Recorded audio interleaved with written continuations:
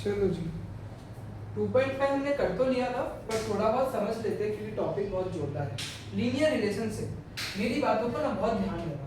जैसे हम लोग अगर एक बार ये वाला सवाल को वापस करें, फोर्थ वाले सवाल में, ये बोल रहे हैं टेलीकॉम कंपनी 600 रुपए चार्ज करती है कोई रिचार्ज स्कीम के लिए, उसका प्रीपेड वैल्यू जो है 15 हर दिन कम होता है आफ्टर द रिचार्ज, मतलब हर दिन जो है 15 रुपए कम हो जाता है। इसका ये मतलब है कि पहला दिन अगर 600 था तो दूसरे दिन कितना हो जाएगा 585 हो जाएगा, 15 दिन कम हो जाएगा, तीसरे दिन 570 कम हो जाएगा, ऐसा हो रहा है। तो हम लोगों को बोला राइट एन इक्वेशन, बहुत ज्यादा ध्यान देना अब मेरी बातों में, write an equation that model the remaining balance b of x, उसको बोलते हैं b of x, b bracket x को, after using the scheme for x days explain why it represent linear decay. मेरी बात को ध्यान से सुनो, हमको पता है कि भाई 1 पे 600 था, 2 पे इतना है, 3 पे इतना है, राइट। तो इसका जो फॉर्मूला है वो क्या बनेगा, a plus n minus 1 into D बनेगा कि नहीं बनेगा। इसका जो फॉर्मूला है क्या बनेगा, a plus n minus into D बनेगा।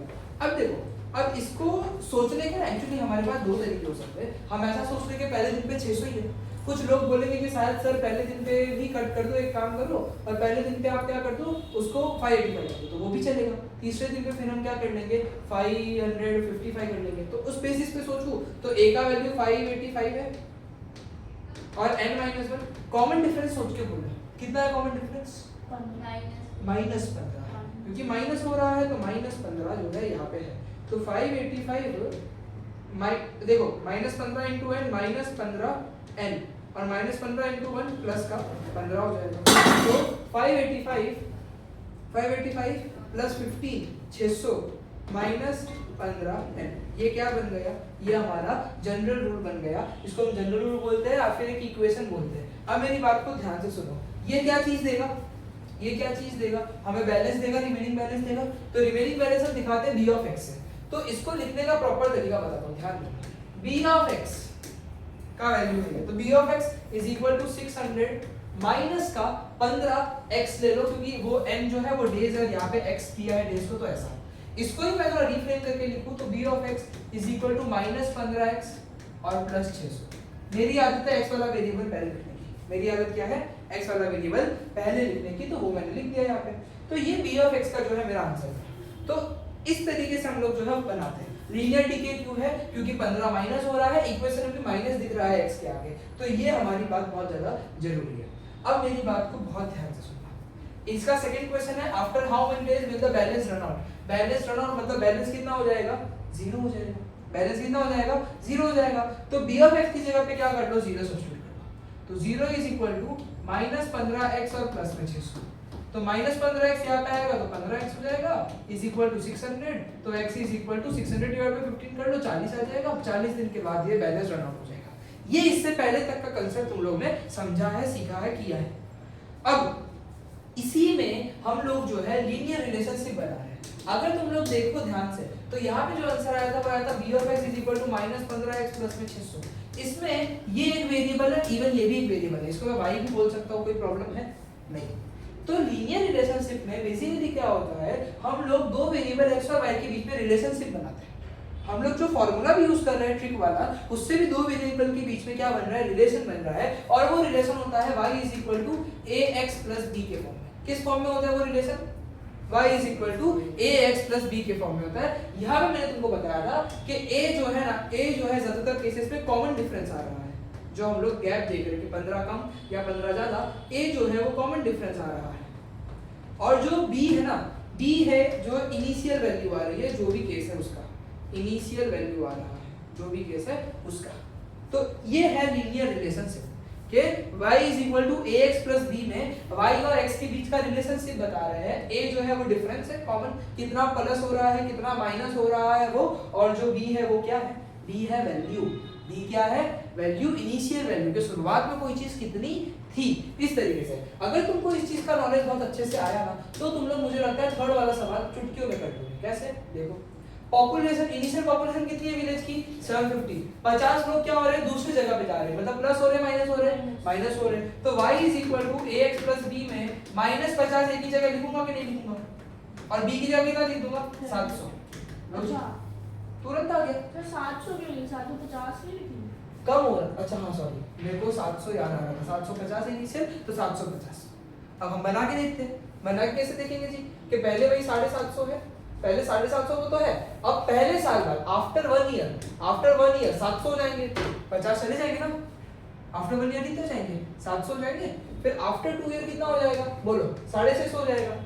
देखो नहीं समझ आया तो बोलना हाँ, पर समझ के ही आगे बढ़ना, क्योंकि जरूरी है ये शर्माने वाला जगह नहीं है, स्कूल के जैसे शर्माना मत कि नहीं समझ आए तो चुपचाप बाद में देखोगे करके, ऐसा काम मत करना, पूरा समझ के जाना मेरे से। तो पहले साल में देखो पहले 750 पीपल है राइट, कितने पीपल है 750 लोग हैं, अब एक साल बाद 50 लोग तो चले जाएंगे, अगर 50 लोग चले गए तो कितने लोग बचे 700 बचे, दूसरे साल में 50 और चले जाएंगे 650, तीसरे साल में 50 और चले जाएंगे 600। मैं क्यों इतनी मेहनत कर रहा हूँ, मैं तुमको समझाना चाह रहा हूँ कि ट्रिक से भी यही आंसर आता है और लॉजिक से भी यही आंसर आता है। देखो जी अब हम लिखते थे an is equal to a plus n minus 1 into D, अब लिखो an तो पता नहीं है, a 700 है plus n minus 1 into common difference minus 50 का है, लो जी तो 700 माइनस 50n प्लस 50 करोगे अगर तो ये हो जाएगा 750 माइनस 50n, इसी में माइनस 50n पहले लिख दिया 750 बाद में लिख दिया, कोई प्रॉब्लम पड़ रही है नहीं। तो लीनियर रिलेशनशिप एटले लीनियर रिलेशनशिप का क्या मतलब है कि x और y के बीच में कैसा रिलेशनशिप है कि जो y आता है, x और y में कैसा रिलेशनशिप है कि जो y आता है ना वो आपको x में a मल्टीप्लाई कर देने का और साथ में b प्लस कर देने का, और जो a है वो क्या है कॉमन डिफरेंस रहेगा, और जो b है वो क्या है इनिशियल वैल्यू रहेगा, क्या रहेगा इनिशियल वैल्यू रहेगा। तो किसी भी दो जन के बीच में हम ये रिलेशनशिप बना सकते हैं।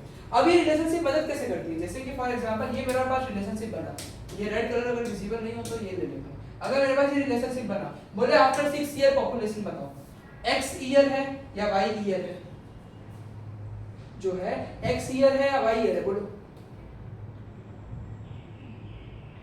x है, क्यों क्योंकि ऊपर x होता है नीचे y होता है, तो 6 साल बाद का पॉपुलेशन पूछ रहे हैं ना तो 6 को सब्स्टिट्यूट तो करना है लेकिन किस में करूंगा x में करूंगा, क्यों बिकॉज ये x का है और ये किसका है y का है, तो ईयर जो है वो x में जा रहा है, तो x की जगह पे ईयर सब्स्टिट्यूट कर दो तुम लोग, तो y is equal to -50 into 6 हो जाएगा क्योंकि 6 साल बाद का पूछा है, तो बस हमें -300 और 750 को क्या करने का है प्लस करने का, यानी कि 450 मेरा आंसर आ गया, कितना आ गया 400, क्लियर हुआ जी। तो ये 6 साल बाद का पॉपुलेशन है।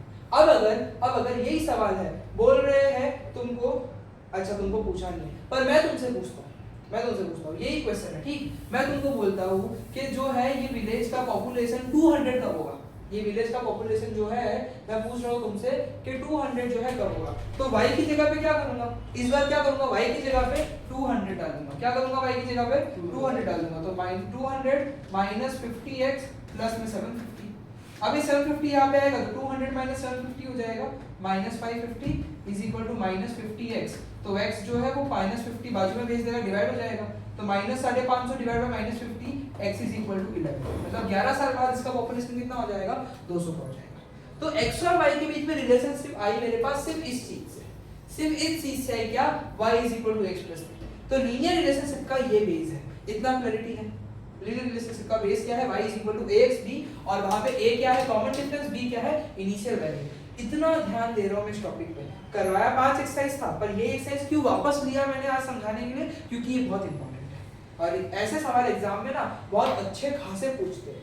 अब देखो इसमें मैंने तुमको बताया था तरीका होता है, इसमें मैंने बताया था तरीका होता है, तरीका समझ गए सब आप। एक लर्निंग प्लेटफॉर्म है वो फिक्स्ड मंथली फी चार्ज करता है और एडिशनल चार्ज करता है, वो कॉस्ट एडिशनल कॉस्ट चार्ज करता है पर डिजिटल लर्निंग मॉड्यूल एक्सेस। तो स्टूडेंट ने ऑब्जर्व किया कि 10 मॉड्यूल एक्सेस किया तो 400 का बिल आया, आओ 10 मॉड्यूल एक्सेस किया तो बिल कितने का आया 400, और 14 मॉड्यूल एक्सेस किया तो बिल कितने का आया। तो ऐसा टेबल बनाएंगे सबसे पहले, अगर monthly bill depends on the number of module access x, फिर तो मंथली बिल y जो है वो डिपेंड कर रहा है x पे, मतलब ये x है और ये y है। मंथली बिल क्या है, मंथली बिल क्या है y, और वो डिपेंड कर रहा है किस पे, नंबर ऑफ मॉड्यूल एक्सेस जो कि क्या है x। तो according to the relation y equal ax plus b, find the value of a and b। y is equal to ax plus b के हिसाब से हमें a और b का वैल्यू ढूंढना है। अब मेरी बात को ध्यान से सुनो, a और b का अगर मुझे वैल्यू ढूंढना है तो मुझे x और y पर कुछ ना कुछ करना पड़ेगा, x और y की जगह तो कुछ डालना पड़ेगा। अब मैं बोल रहा हूँ जब मेरा x 10 है तो मेरा y कितना आ रहा है 400 आ रहा है। तो मैं अगर y की जगह 400 लिखूं और x की जगह 10 लिखूं तो मुझे नहीं लगता कोई प्रॉब्लम पड़ रहा है। तो यहाँ से मैंने देखा 400 is equal to 10a plus b, पर मुझे आंसर नहीं मिला। मैं सोच रहा था मुझे आंसर मिलेगा, लेकिन मुझे आंसर नहीं मिला। तो अब मैं क्या करूंगा, इसको भी लगा दूंगा। तो अब मैं क्या करूंगा, इसको भी सब्स्टिट्यूट कर दूंगा वापस से। तो y is equal to ax plus b में अब मैं क्या करूंगा, x की जगह 14 डालूंगा तो y कितना बन जाएगा, 500 बन जाएगा। तो 500 is equal to a bracket 14 plus b। तो 500 is equal to 14a plus में b। और आंसर अभी भी नहीं है, तो अब दिखाएंगे समझदारी। हम देख रहे हैं अगर इस 10a को यहाँ पे ले लूं तो 400 माइनस 10a का जो वैल्यू है किसके बराबर है, b का बराबर है। सही है या गलत है, सही है गलत है कि b का जो वैल्यू है वो किसके बराबर है, 400 माइनस 10a के बराबर है। अब इस b की जगह अगर मैं यहाँ पे इस b की जगह ये वैल्यू को डालूं तो क्या मैंने कोई भी गलती करी, क्योंकि b का वैल्यू तो 400 माइनस 10a ही आ रहा है। अगर इस वैल्यू को मैं इसमें सब्स्टिट्यूट कर दूंगा तो ये हो जाएगा 500 इज इक्वल टू 14a और प्लस में b की जगह पे कौन आ जाएगा, 400 माइनस 10a आ जाएगा।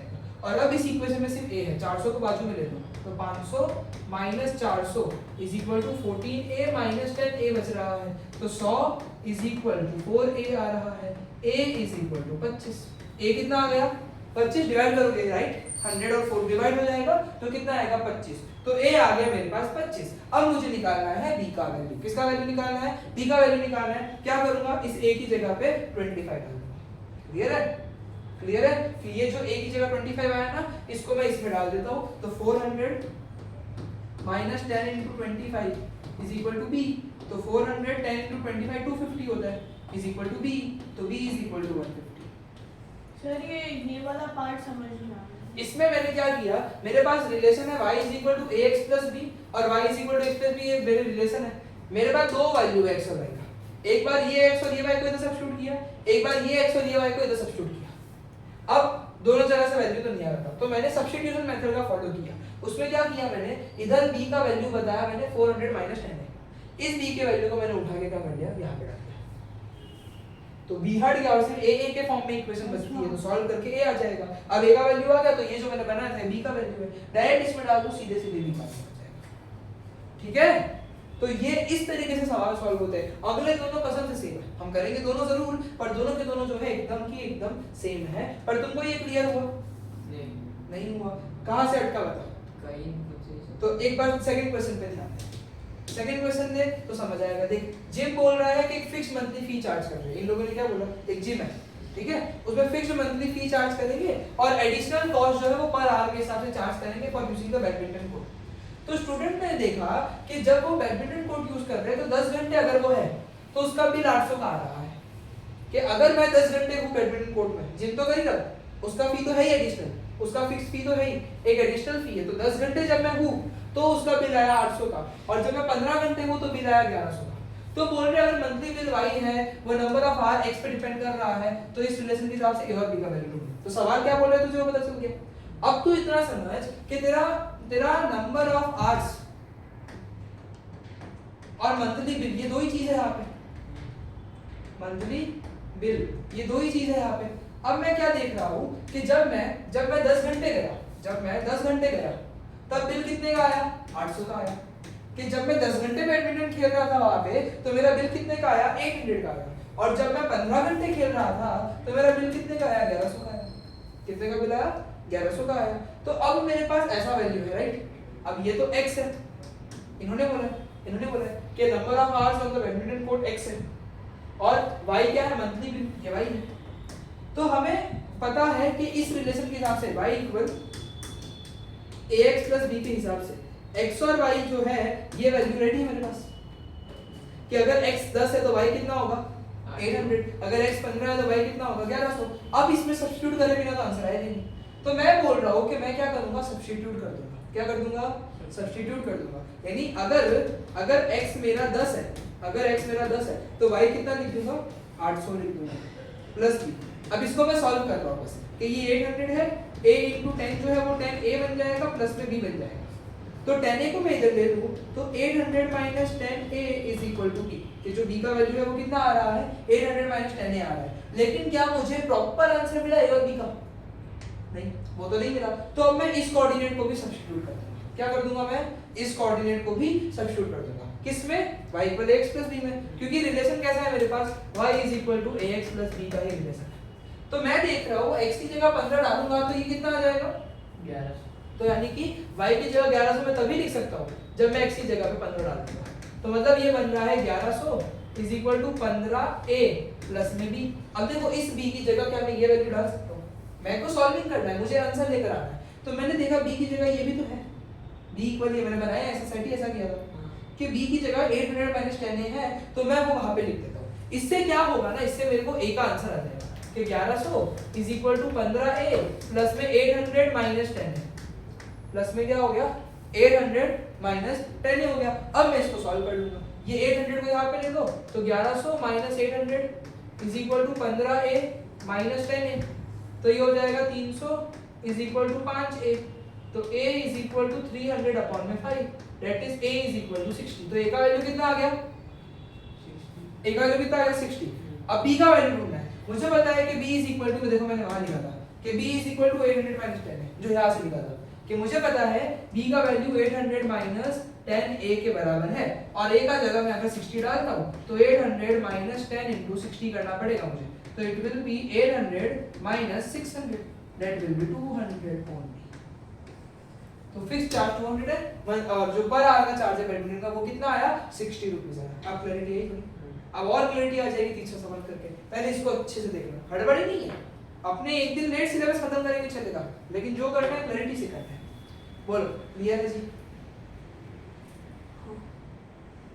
ये जो भी इंफॉर्मेशन देते हैं पहले टेबल बनाओ, पहले हमारी एनालिसिस के लिए, उसके बाद उसको सब्स्टिट्यूट करो और फिर b को इधर सब्जेक्ट बना के यहाँ पे सब्स्टिट्यूट करो, a का आंसर आएगा और a के आंसर को इसी वाले इक्वेशन में डाल देना, b का आंसर आ जाएगा। क्लियर था? बोलो जी क्लियर था ही? हमें आगे बढ़िए।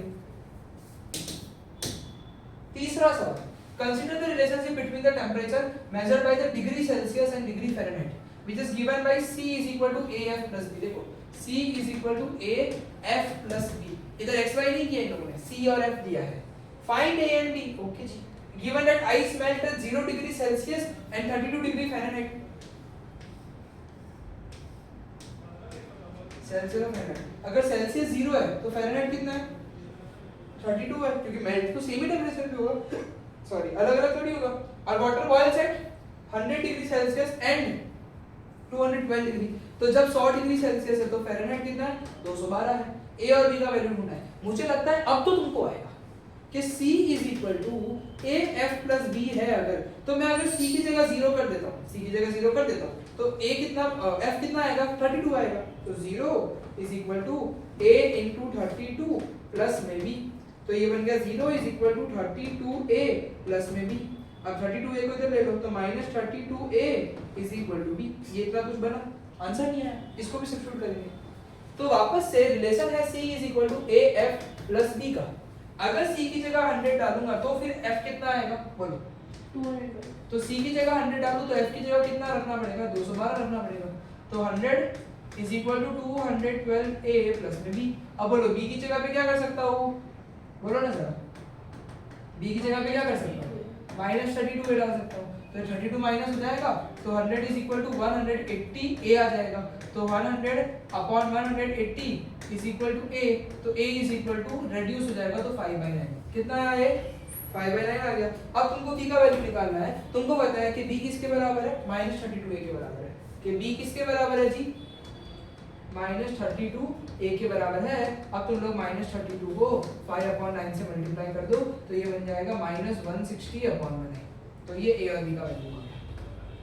बोलो क्लियर आया? क्लियर हुआ? तो इस तरीके से लीनियर रिलेशनशिप के सवाल में तुमको देखो ये है y is equal to ab plus x ही है, ax प्लस b है, sorry y is equal to a plus b ही है।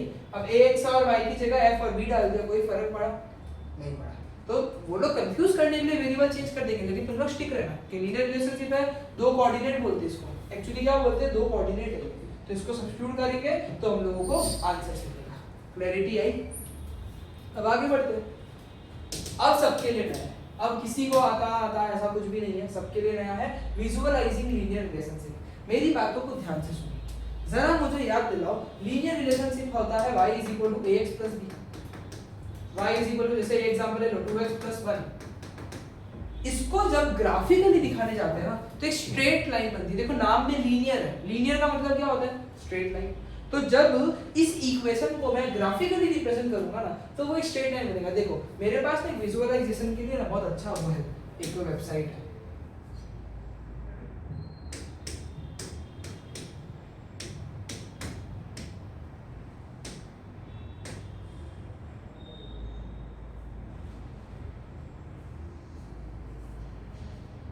अब देखो मैं यहाँ पे इक्वेशन लिख रहा हूँ, जैसे कि इक्वेशन में अगर लिखूं कि लेट सपोज 3x और -5, ये देखो अब अगर तुम इसको देखोगे स्ट्रेट लाइन बनी, स्ट्रेट लाइन बनी। मैंने इक्वेशन लिखा 3x - 5 और मैं इधर बोल कर देता हूँ स्पेसिफाई करने के लिए कि y इज इक्वल, तो देखो ये देखो स्ट्रेट लाइन बनी कि नहीं बनी? तो मतलब कि जो ऐसे लीनियर रिलेशनशिप्स के क्वेश्चंस होते हैं, इनका जो ग्राफ होता है वो क्या होता है? एकदम स्ट्रेट लाइन का होता है। कितना होता है? एकदम स्ट्रेट लाइन का। देखो इस पे तुम ध्यान दोगे अगर तो देखो ये कोऑर्डिनेट्स सारे, ये सारे कोऑर्डिनेट्स हैं जो इस पे क्या करते हैं? लाई करते हैं। क्या करते हैं? लाई करते हैं। इस सारे लाइन पे ये सारे कोऑर्डिनेट क्या करते हैं? लाई करते हैं। तो ये है। अब खैर ये तो टेक्नोलॉजी था, ये तो तुम्हारी अंडरस्टैंडिंग के लिए था, मुझे कैसे पता कौन लाई कर रहा है नहीं कर रहा है? तो मैं क्या करता हूँ, अगर मुझे ग्राफ खुद से बनाना है तो मैंने यहाँ पे ग्राफ बना दिया, मैं ढूंढता हूँ इसके x इंटरसेप्ट और y इंटरसेप्ट। तुम बोलोगे सर ये क्या है? बोलोगे x इंटरसेप्ट क्या है, y इंटरसेप्ट क्या है? तो ये ग्राफ अगर ऐसा है, लेट्स सपोज मेरे असम्पशन के बेस पे अगर ग्राफ ऐसा है, तो x एक्सिस पे जहाँ पे टच कर रहा है ना वो इसका क्या होगा? x इंटरसेप्ट होगा। अगर कोई ग्राफ x एक्सिस पे जहाँ पे टच कर रहा है ना वो क्या होगा? x इंटरसेप्ट होगा, और जहाँ पे y एक्सिस पे टच कर रहा है वो क्या होगा? y इंटरसेप्ट होगा। तो कोई भी ग्राफ जब x एक्सिस पे टच करेगा उसको हम क्या बोलेंगे? क्या बोलेंगे? x इंटरसेप्ट बोलेंगे। और y एक्सिस पे टच करेगा तो क्या बोलेंगे?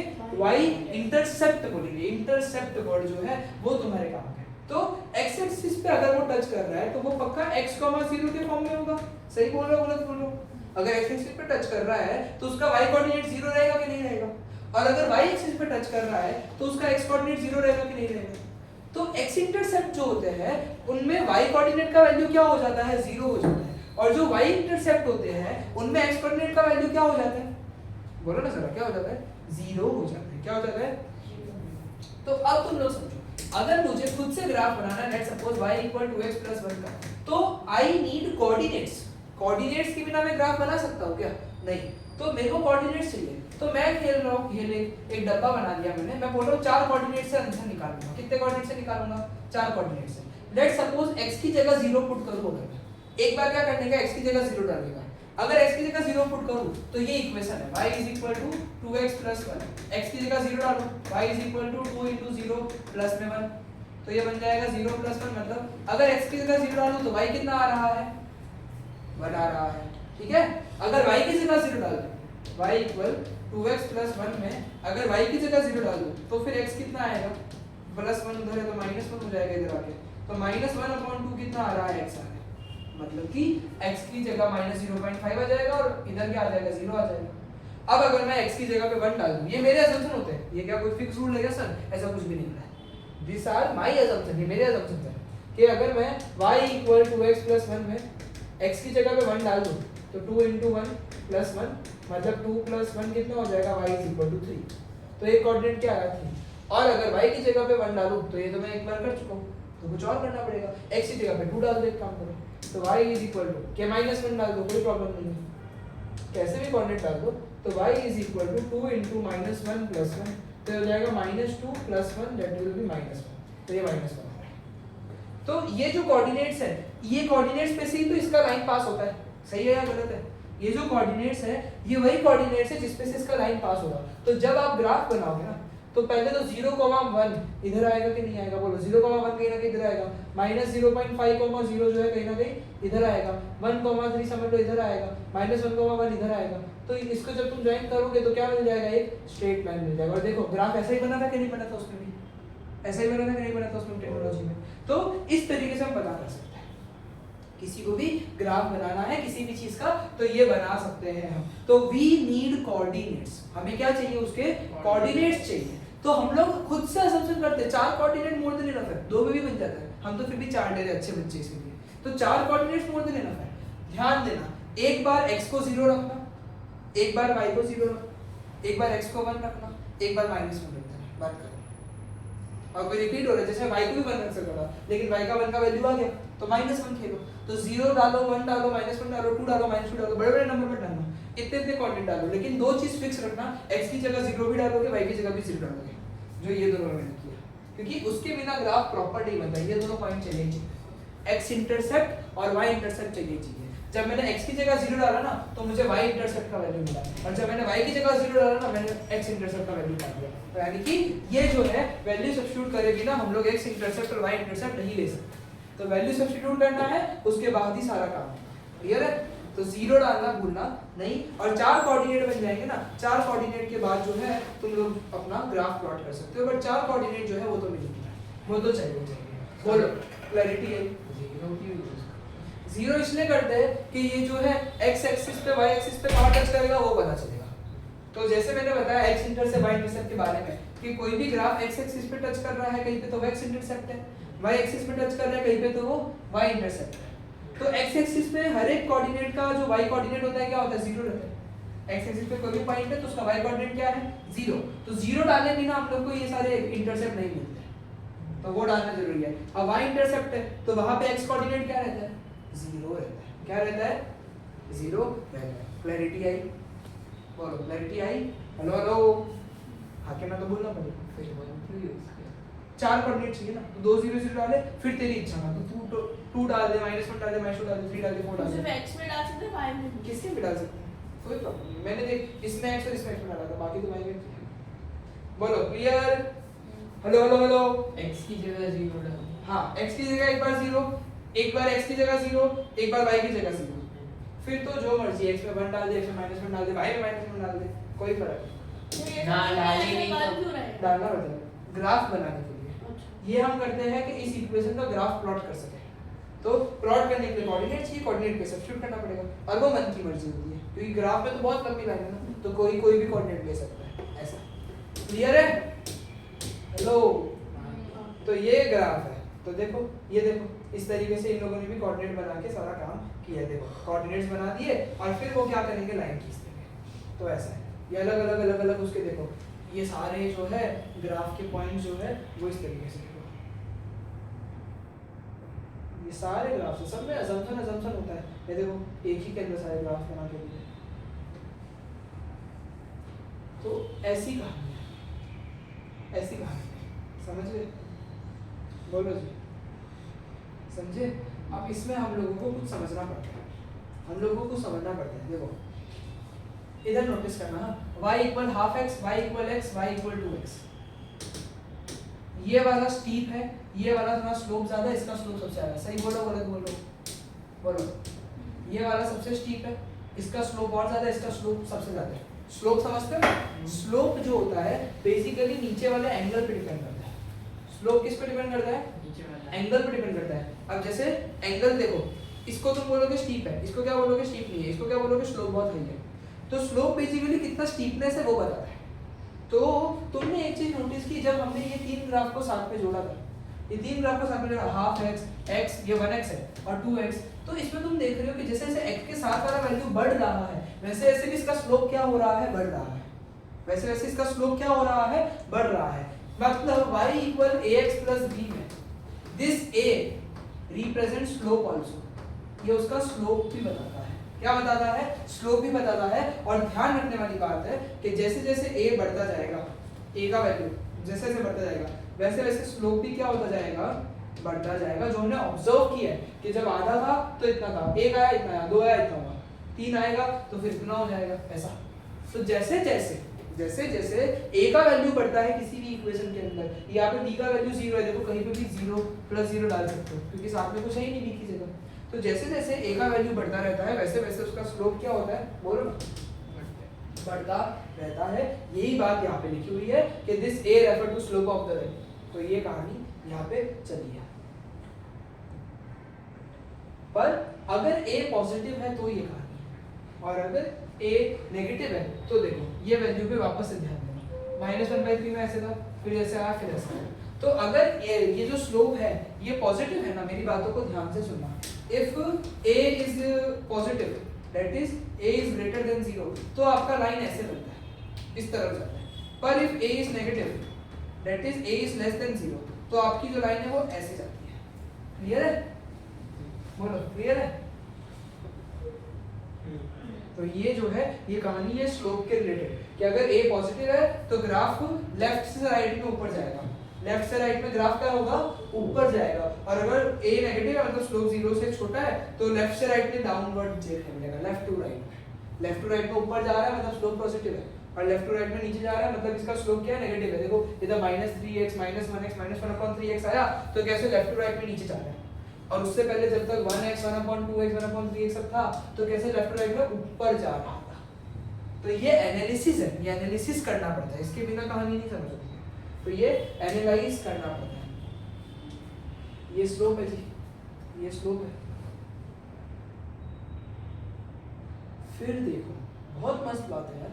अब देखो इन्होंने क्या किया, इन लोगों ने स्लोप सेम रख दिया। इन लोगों ने क्या कर दिया, स्लोप सेम रख दिया। 2x - 1 2x + 1 और 2x + 5, सब में a का वैल्यू क्या है, 2 है। सब में a का वैल्यू क्या है, बोलो ना, 2 है। तो this time slope is same, और इस बार जो है ये b का वैल्यू चेंज कर रहे हैं। b का वैल्यू क्या कर रहे हैं, चेंज कर रहे हैं। मैं तुमको बता देता हूँ, this b is nothing but y intercept.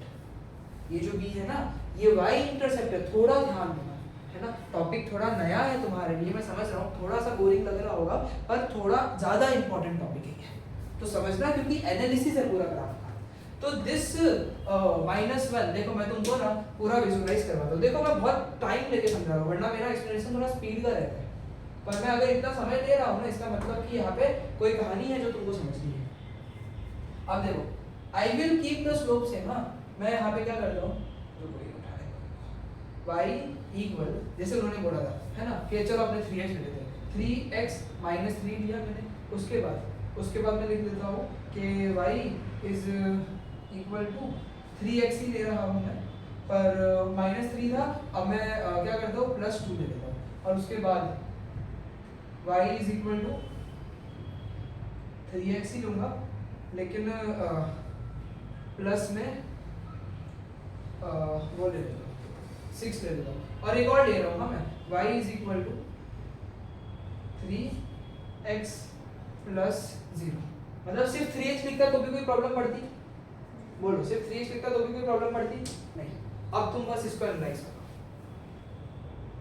Slope same है तो सब एकदम सेम जा रहे हैं कि नहीं जा रहे, सब एकदम सेम जा रहे हैं कि नहीं जा रहे, फिर भी ग्राफ दूर दूर क्यों आए। तुम लोग ना थोड़ा ध्यान से अगर देखोगे ना, कहाँ गया मेरा वो, अगर तुम लोग थोड़ा ध्यान से देखोगे ना, रिकॉर्डिंग चालू है ना, बंद तो नहीं हो रहा, तो अगर तुम लोग थोड़ा ध्यान से देखोगे ना तो यहाँ पे ये b का वैल्यू -3 है, इधर b का वैल्यू क्या है -3, इधर b का वैल्यू क्या है 2, इधर b का वैल्यू क्या है 6, इधर b का वैल्यू क्या है 0। तो यहाँ पे जो b का वैल्यू है देखो, दिस इज रेड लाइन, मतलब रेड लाइन इस इक्वेशन की है। तो तुम देखो -3 है तो यहाँ पे b भी इंटरसेक्ट कहाँ पे कर रहा है, y पे कहाँ इंटरसेक्ट कर रहा है, -3 पे।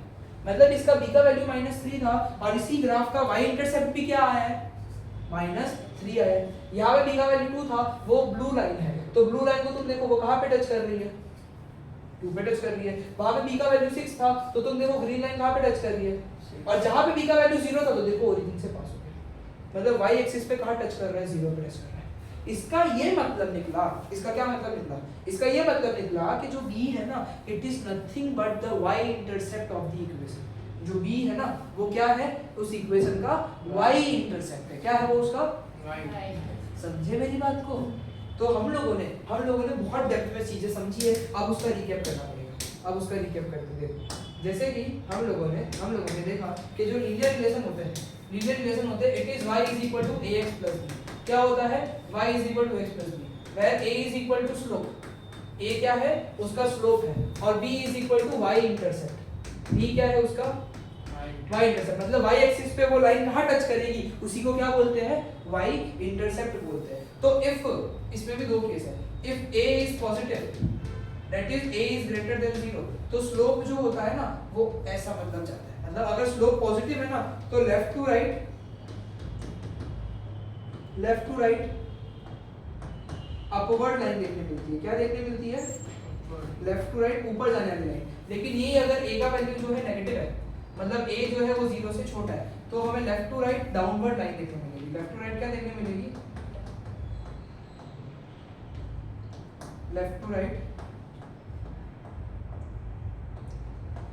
डाउनवर्ड लाइन देखने मिलेगी। एंड देन हमारे पास आता है बी। तो बी का वैल्यू मतलब y इंटरसेप्ट का मतलब क्या होता है कि वैल्यू ऑफ बी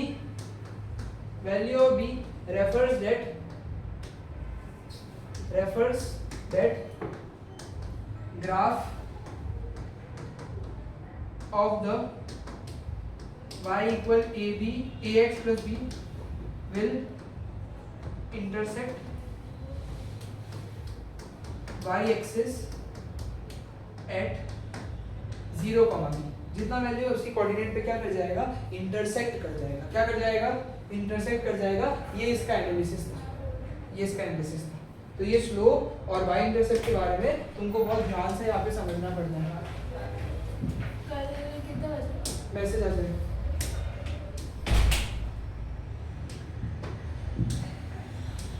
तो इन लोगों ने भी दिखाया कि जब 2x + 5 है तो 5 पे टच किया, 2x + 1 है 1 पे टच किया, 2x - 1 है तो -1 पे टच किया।